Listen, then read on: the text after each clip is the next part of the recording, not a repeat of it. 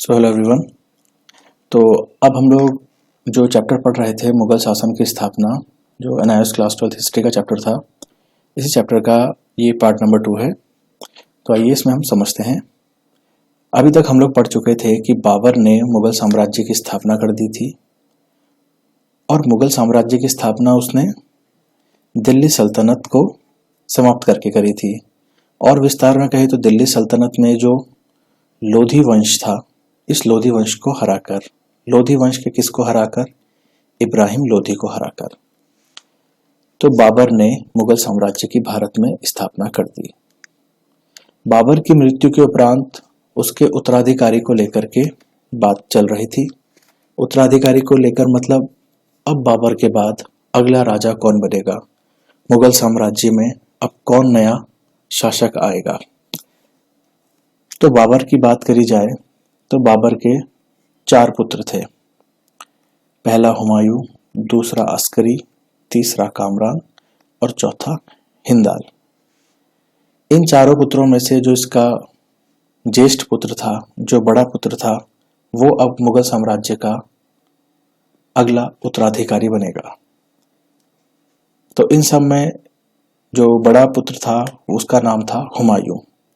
कहने का मतलब 1530 में बाबर की मृत्यु के उपरांत अब मुगल साम्राज्य का अगला शासक कौन बनेगा? हुमायूं।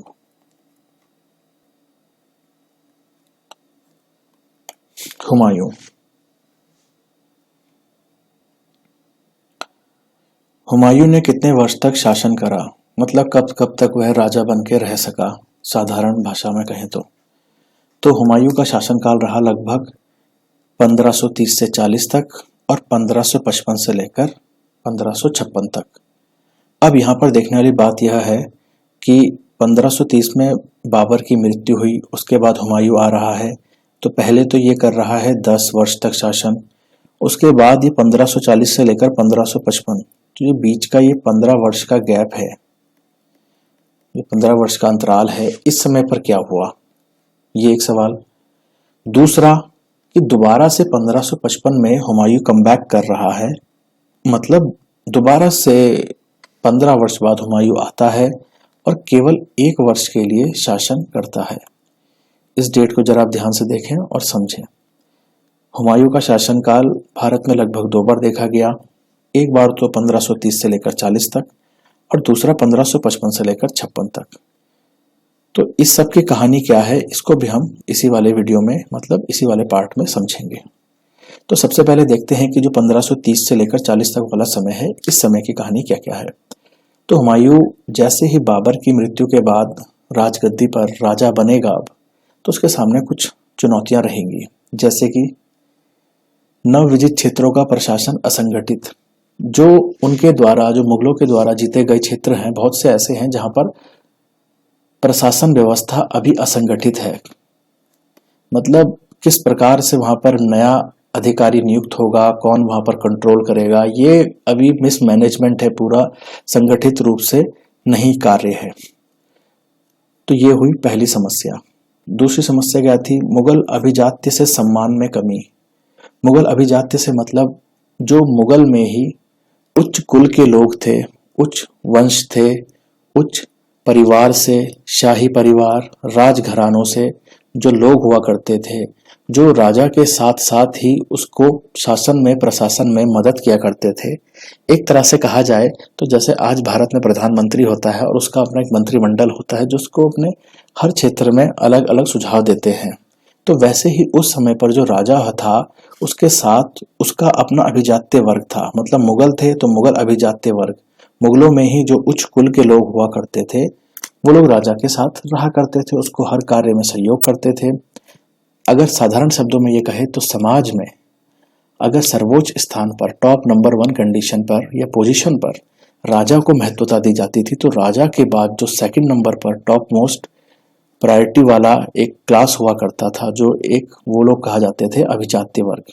तो उन लोगों ने हुमायूं को एक तरह से रिस्पेक्ट देना बंद कर दिया था, उसके ऑर्डर फॉलो करना बंद कर दिया था, उसको सहयोग नहीं करते थे, जबकि उसके पिता बाबर को वो लोग किया करते थे। तो मुगल अभिजात्य वर्ग से सम्मान में कमी किसको? हुमायूं को। ध्यान रहे हम लोग हुमायूं को पढ़ रहे हैं। तो ये रही दूसरी समस्या। तीसरी समस्या की बात करें तो भारतीय कुलीन वर्ग अलग बाबर मृत्यु उपरांत। मतलब भारतीय कुलीन वर्ग का मतलब राजा के साथ या सरकार में जो उच्च उच्च पद है, जो बड़े बड़े पोस्ट है, उस पर जो लोग नियुक्त हुआ करते थे उन्हें कहा जाता था कुलीन वर्ग। जैसे आज आप देखेंगे बड़े बड़े गवर्नमेंट डिपार्टमेंट में बड़ी बड़ी पोस्ट होती हैं जिन पे बड़े बड़े ऑफिसर्स या अधिकारी नियुक्त होते हैं। तो इसी प्रकार से जब उस समय पर देखा जाए तो उन्हें कुलीन वर्ग कहा जाता था। तो और इन कुलीन वर्ग में जो भारतीय लोग नियुक्त थे, जो भारतीय लोग बड़े बड़े पदों पर कार्य किया करते थे मुगलों के अधीन, उन लोगों ने बाबर की मृत्यु के उपरांत या बाबर की मृत्यु के बाद हुमायूं को साथ नहीं दिया और वो लोग भी मुगल साम्राज्य से अलग हो गए। तो वही लिखा है भारतीय कुलीन वर्ग अलग हो गया बाबर की मृत्यु के उपरांत। एक समस्या ये। तो ये तो निम्न स्तर की समस्याएं हैं। अगर मुख्य समस्याओं की बात करें तो मुख्य समस्याओं में आपको ये जरूर ध्यान रखना है जो अब बताई जा रही हैं 3 समस्याएं। अफगान शक्ति सक्रिय पुनः सत्ता प्राप्ति के लिए। आप सभी को याद होगा कि बाबर किसको हरा करके शासन में आया। तो बाबर ने हराया किसको? दिल्ली सल्तनत के किसको? लोधी वंश को। दिल्ली सल्तनत के लोधी वंश को। और लोधी वंश की भी अगर आप बात करें तो किसको? इब्राहिम लोदी को। इब्राहिम लोदी को।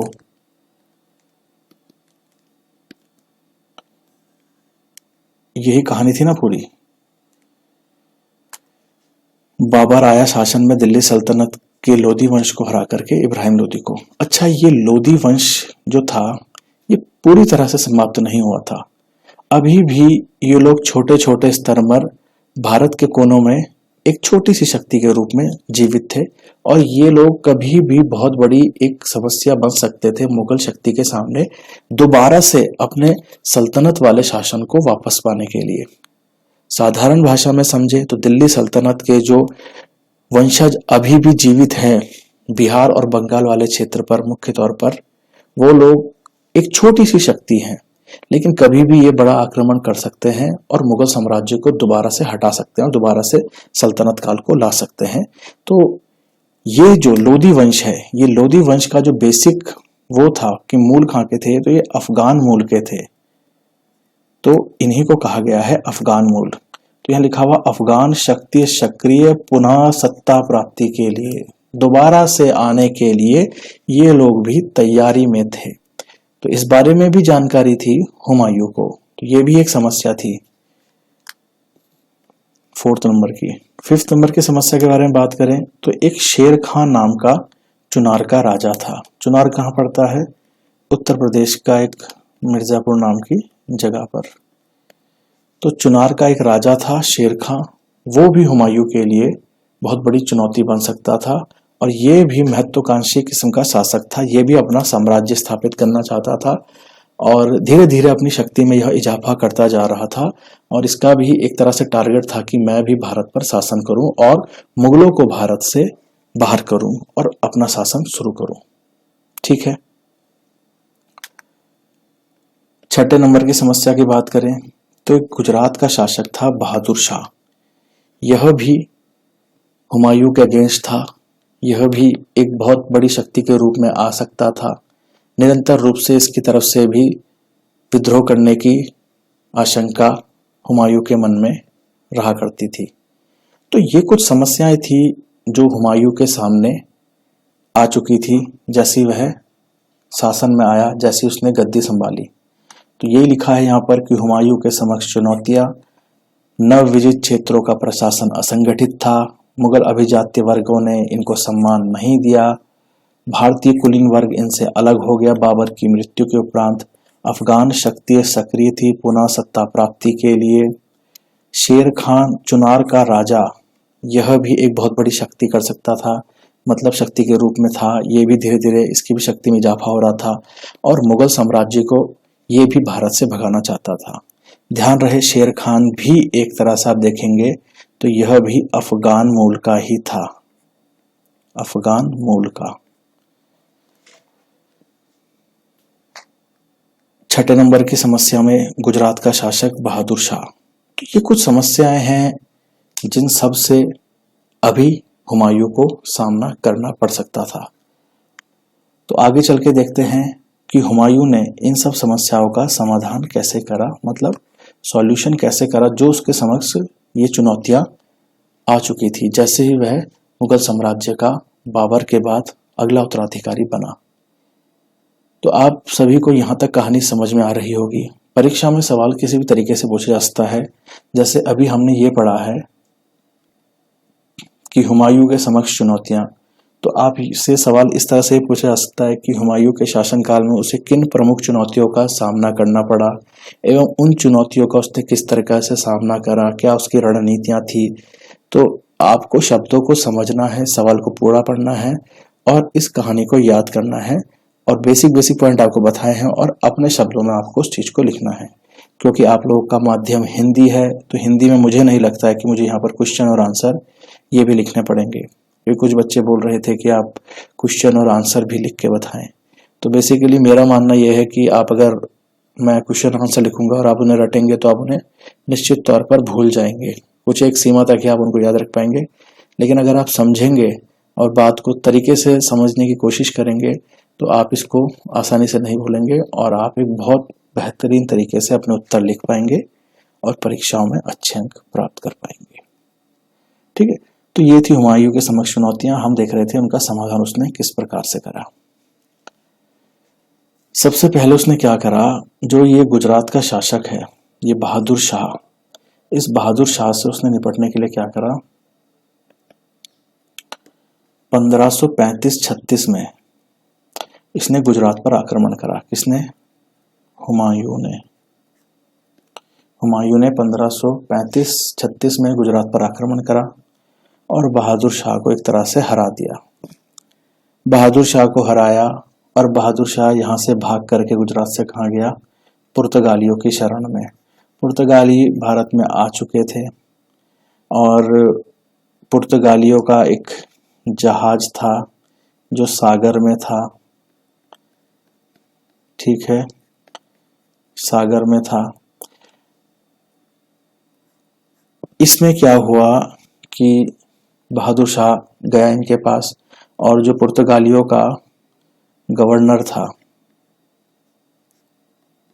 जो पुर्तगालियों का गवर्नर था निनोडी कुन्हा,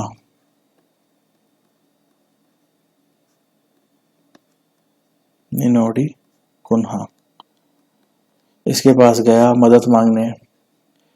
तो पुर्तगालियों ने क्या कहा कि ठीक है भाई, हम आपकी मदद करेंगे। किससे? हुमायूं से। चिंता ना करो, अगर वो आप पे कुछ आक्रमण करेगा तो हम आपकी मदद करेंगे।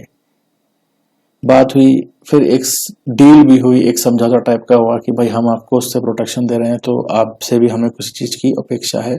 कुछ सौदा रखा गया होगा, एक तरह से डील चल रही थी, हम आपके लिए ये करेंगे, बदले में आप हमारे लिए ये करिए। तो क्या हुआ, इसी डील के दौरान बहादुर शाह और इन पुर्तगालियों के बीच में संघर्ष हो गया। मतलब एक तरह से देखिए आप, लड़ाई हो गई। किस किस के बीच में? बहादुर शाह और पुर्तगालियों के बीच में, इस जहाज में। ये झगड़ा इस कदर बढ़ा कि बहादुर शाह नाव से गिर गया या जहाज से गिर गया। पानी का जहाज जो था, नाव तो आपको समझाने के लिए बोल रहा हूँ, जो पानी का काफी बड़ा जहाज था उससे वह नीचे पानी में गिर गया। और गिर गया या गिरा दिया गया वो हमको समझने की आवश्यकता नहीं है, बस आप इतना समझिए कि इससे ये गिर गया और इसकी मृत्यु हो गई। तो यहाँ पर अगर आप देखें, जो हुमायूं के सामने समस्या थी गुजरात के शासक को लेकर, ये तो ऑटोमेटिकली ही खत्म हो गई, क्योंकि ये तो मृत्यु हो गया इसका। तो पहली समस्या तो स्वतः समाप्त हो गई।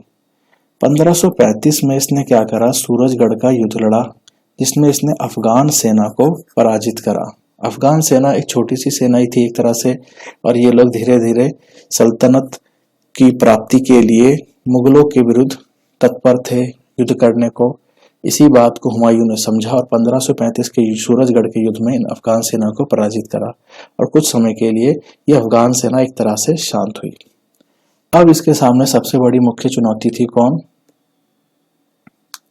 शेर खां वाली, जो आपको बताया था ना, यहाँ पर ये देखो, ये शेर खान, ये भी अफगान मूल का ही था। तो इसने क्या करा, शेर खान से निपटने के लिए, लिख देता हूं यहाँ पर, शेर खान, इसे याद रखना, ठीक है, ये इंपॉर्टेंट है। 1538 में इसने चुनार किले की घेराबंदी करी। चुनार किला मैंने आपको बताया यूपी के मिर्जापुर में पड़ता है। तो इस किले की इसने घेराबंदी कर दी, मतलब एक तरह से इसको चारों तरफ से घेर दिया। अगर ये कोई किला है तो इसके चारों तरफ सेना लगा दी इसने, इस सोच में कि भाई कभी ना कभी तो ये लोग बाहर निकलेंगे ही, कब तक अंदर रहेंगे, राशन पानी खाने पीने का सामान चाहिए होता है, लेने के लिए बाहर तो निकलेंगे ही, और जैसे ही भूखे हारे बाहर आएंगे वैसे ही कमजोर पड़े हुए होंगे, हम वैसे ही इनको हरा देंगे। तो चुनार के किले की इसने घेराबंदी कर दी। अब सवाल ये कि घेराबंदी क्यों करी, अंदर क्यों नहीं जा पाए? देखिए, चुनार के किले की अगर बात करी जाए तो ये काफी मजबूत तरह का किला था, इसे आसानी से नहीं तोड़ा जा सकता था, ना ही इसमें एक प्रकार से आप अतिक्रमण या इसको पार करके जा सकते थे। तो इन लोगों ने यही अपनाया कि जो चुनार किले का दरवाजा, जो गेट, सारे एग्जिट पॉइंट बंद हैं, हम वहीं पर सारी अपनी फौज, अपनी सेना, अपने सिपाही लगा देते हैं। इसने, हुमायूं ने, और जब भी ये लोग बाहर निकलेंगे तो बस इनको वहीं पर हम लोग मार देंगे। तो ठीक है, हुमायूं ने लगा दी चुनार के किले के बाहर अपनी सेना। एक दिन हुआ, 2 दिन हुआ, धीरे धीरे करके 1 महीना हुआ, 1 महीने के बाद 2 महीना हुआ, 3 महीना हो गया, 4 महीना हो गया, 5 महीना और 6 महीने तक हो गए। अब यहाँ पर सोचने वाली बात है कि 6 महीने तक ये लोग किस प्रकार से बिना राशन के अंदर रह पा रहे होंगे। तो शेर खान जो था वो पहले से ही बहुत चालाक किस्म का शासक रहा। उसने पहले से ही खाद्य सामग्री लगभग अपने लिए एक बहुत बड़े समय के लिए 6-7 महीने या साल भर के लिए पहले से ही अंदर अरेंज करके रखी हुई थी, को किसी प्रकार की दिक्कत ही नहीं हुई वहां। अब क्या हुआ, जब 6 महीने बीत गए, हुमायूं भी एक तरह से थक गया। उसने भी फिर कहा चलो फाइनली इस समस्या का क्या एक सॉल्यूशन निकला कि एक कॉम्प्रोमाइज या एक डील हुई। डील कैसी हुई, जिसको हम लोग पहले एक तरह से सामंत व्यवस्था कहते थे। अगर आपने शुरू से सारे वीडियो देखे हैं तो आपको सामंत शब्द का मतलब मालूम होगा। तो एक समझौता टाइप का हुआ शेर खां के द्वारा कि भाई चलो ठीक है, हम मुगल साम्राज्य के अधीन रहेंगे और आपकी सारी बातों को हम लोग मानेंगे और समय समय पर आपको एक निश्चित अमाउंट या जो भी एक टैक्स के रूप में होगा हम आपको देंगे और हम आपका एक तरह से अधीन रहेंगे। समझ रहे हो, मुगल शासन के ही अंतर्गत हम लोग आएंगे, हम लोग स्वतंत्र रूप से एक अलग शक्ति के रूप में नहीं उभरेंगे, हम आप ही के अधीन रहेंगे, आप ही के अंडर रहेंगे। तो इस बात के साथ ये समझौता होता है। अच्छा, इसी दौरान एक नई समस्या आ गई हुमायूं के सामने। एक नई समस्या आ गई हुमायूं के सामने। वो क्या कि जो इसका भाई था हिंदाल, मैंने आपको बताया था 4 भाई थे, तो उन्हीं में से एक जो था हिंदाल, ये आगरा में विद्रोह करने लग गया। मतलब इन्हीं के अगेंस्ट हो गया, अपने ही अपनों के अगेंस्ट हो गया। तो हुमायूं को ये खबर मिली। अब हुमायूं क्या कर रहा है, अब चुनार से ये जा रहा है आगरा की ओर अपने भाई को समझाने के लिए। चुनार से आगरा की ओर जा रहा है हुमायूं अपने हिंदाल, जो उसका भाई का नाम है, उसको समझाने के लिए आगरा की ओर। आगरा जाते हुए रास्ते में चौसा नाम की जगह में इसने अपना शिविर बनाया, मतलब जहां ये लोग टेंट वेंट बना के रहा करते होंगे, क्योंकि मोटर गाड़ी तो है नहीं, घोड़े हाथी इन्हीं पे जाए जाते थे ये लोग। तो काफी लंबा सफर तय करना होता था, तो रास्ते में ये लोग अपने एक तरह से छोटे छोटे टेंट टाइप के बना दिया करते थे शिविर आराम करने के लिए। तो चौसा नाम की जगह में जैसे ये पहुंचता है, वहां पर अपने शिविर में ये एक तरह से ये लोग बना करके रह रहे होते हैं। तो इसी समय यहाँ पर कौन आ जाता है, शेर खां। और जो ये चौसा में शिविर बनाया, तो इसमें ही कामसा नदी के तट पर इन्होंने शिविर बनाया था। कामसा नाम की नदी होगी, उसके किनारे पे इन्होंने ये टेंट वेंट लगाए होंगे अपने विश्राम करने के लिए। और इसी समय यहाँ पर पहुंच जाता है शेर खान। किस लिए? आक्रमण करने। ये शेर खान यही है जो 6 महीने तक चुनार के किले के अंदर रहा और जिसने समझौता कर लिया था। लेकिन जब इसको मालूम पड़ा कि ये जा रहा है आगरा की ओर, अपने भाई के साथ इसका एक तरह से विवाद जैसी स्थिति है, उसको समझाने जा रहा है, तो क्या हुआ, शेर खान ने आक्रमण कर दिया इस पे। और इसी को चौसा का युद्ध भी कहा जाता है। तो आप ध्यान रखें, चौसा का युद्ध किस किस के मध्य हुआ था। तो चौसा का युद्ध हुआ था आपका हुमायूं और शेर खान के बीच में। और अगर इस युद्ध की बात करें तो ये युद्ध हुआ था 1539 में। ठीक है, 1539 ईस्वी में। तो शेर खान और हुमायूं के बीच में युद्ध होता है कामनासा नदी तट पर, जिसको कहा जाता है चौसा का युद्ध, जो कि हुआ था 1539 में। और इस युद्ध का परिणाम ये रहा कि शेर खान जीत गया और हुमायूं हार गया। हुमायूं हारता है और हुमायूं के पास थोड़ी सी सेना बच जाती है। हुमायूं यहाँ से अपनी जान बचा के जैसे तैसे आगरा की ओर निकल जाता है। हुमायूं को हराने के उपलक्ष्य में ही शेर खान एक उपाधि लेता है शेर शाह की, और तभी से शेर खान को शेर शाह नाम से जाना जाता है। शेर शाह नाम से जाना जाता है। तो शेर खान ने शेर शाह की उपाधि कब ली थी? चौसा के युद्ध में हुमायूं को हराने के पश्चात। और इसी के साथ साथ शेर खान ने या शेर शाह ने अपने आप को स्वतंत्र राजा घोषित कर दिया, इंडिपेंडेंट रूलर। अब मैं किसी के अधीन नहीं हूं भाई। आई बात समझ में? तो यहां पर से शेर खान ने अपने आप को स्वतंत्र घोषित करा और अपना नाम शेर शाह रखा, मतलब उपाधि ली शेर शाह की। अब हुमायूं की स्थिति क्या थी कि हुमायूं अकेला पड़ चुका था, इसका भाई भी यहाँ से भाग करके पेशावर जा चुका था। हुमायूं अकेला था, साथ में इसके बहुत कम सेना रह गई थी, और जैसे तैसे करके यह युद्ध में हार के चौसा के युद्ध से यह आगरा पहुंचा था। ये आगरा पहुंचा, पीछे पीछे शेर शाह भी आगरा की ओर अग्रसर, मतलब वो भी आगरा की ओर चल पड़ा। इस बात की जानकारी हुमायूं को भी हो गई, और दोनों के मध्य दोबारा से 1540 में, लगभग 1539 में ये वाला युद्ध हुआ चौसा का, और 1540 में फिर से कन्नौज की भूमि पर दोनों के बीच में युद्ध हुआ। और इस युद्ध में हुमायूं को फिर से हार का सामना करना पड़ा, और हुमायूं यहाँ से हारता है। और इस हार का नतीजा यह निकला कि जो भारत है, जो भारत की सरजमी है, इसको ये छोड़ करके भाग गया कहाँ? ईरान। इस तरफ पड़ता है ईरान, ये भारत है, इधर से इधर ये भाग गया ईरान की ओर। इधर भाग गया ईरान की ओर। कौन? हुमायूं। कहाँ? कन्नौज। 1540 युद्ध में शेर शाह से युद्ध में पराजित होने के बाद, और ये भाग के गया ईरान। और यहीं से शुरुआत हो जाती है सूर साम्राज्य की, क्योंकि शेर शाह सूरी का यह साम्राज्य था, उन्होंने स्थापित करा था। तो यहाँ पर शुरू हो गया सूर साम्राज्य। सूर साम्राज्य को अगर हम कहें तो यह सेकंड अफगान साम्राज्य भी कहा जाता है, क्योंकि यह भी अफगानी मूल का था। तो सेकंड अफगान साम्राज्य, सेकंड अफगानी साम्राज्य किसको कहा जाता है? सूर साम्राज्य को। सूर साम्राज्य की अगर हम बात करें तो इसने लगभग 15 वर्ष शासन करा। ये 1540, एक सेकंड, इसको इस वाले कलर से कर लेते हैं, ठीक है। तो 1540 में सेकंड युद्ध में हुमायूं यहाँ से भाग गया। तो वैसे ही 1540 से लेकर के 1555 तक कौन सा वंश चला? सूर साम्राज्य चला। कितने वर्ष? 15 वर्ष। इस 15 वर्ष में इस सूर साम्राज्य में कितने राजा देखने को मिलेंगे? 5 राजा। तो इसी सब को अब हम लोग पढ़ेंगे आगे कि किस तरीके से सूर साम्राज्य में, या जिसको सेकंड अफगान साम्राज्य या सेकंड अफगानी साम्राज्य कहा जाता है, उसमें क्या क्या चीजें हुई।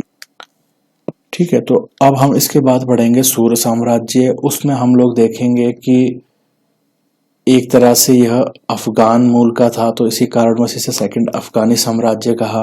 और जो शेर शाह सूरी है, जो शेर शाह है, जो पहले शेर खान के नाम से जाना गया और हुमायूं को हराने के पश्चात वह शेर शाह के नाम से जाना गया, तो उसके बारे में भी थोड़ी डिटेल से पढ़ेंगे कि शेरशाह ने बचपन से लेकर के जो ये शासक बन गया उत्तर भारत का इतना बड़ा शक्ति, इसने क्या क्या महत्वपूर्ण कार्य करे, क्या इसकी जीवनी रही, और इस सूर साम्राज्य में जो 15 वर्ष का पूरा जो शासन काल है इसमें क्या क्या चीजें हुई जो जहाँ आपके सिलेबस में है। ठीक है, तो ये सब आप लोगों ने समझ लिया। बाबर के बाद जो उसका पुत्र आया हुमायूं ने क्या क्या समस्याएं देखी, किन किन समस्याओं के साथ उसने क्या किस तरीके से उनको सामना करा, और किस तरह से हुमायूं भारत से भाग के ईरान चला जाता है और शेर शाह सूरी या सूर साम्राज्य की स्थापना हो रही है हुमायूं को हराने के पश्चात। ठीक है, तो उसके बाद वाले वीडियो में आगे का कंटिन्यू करेंगे।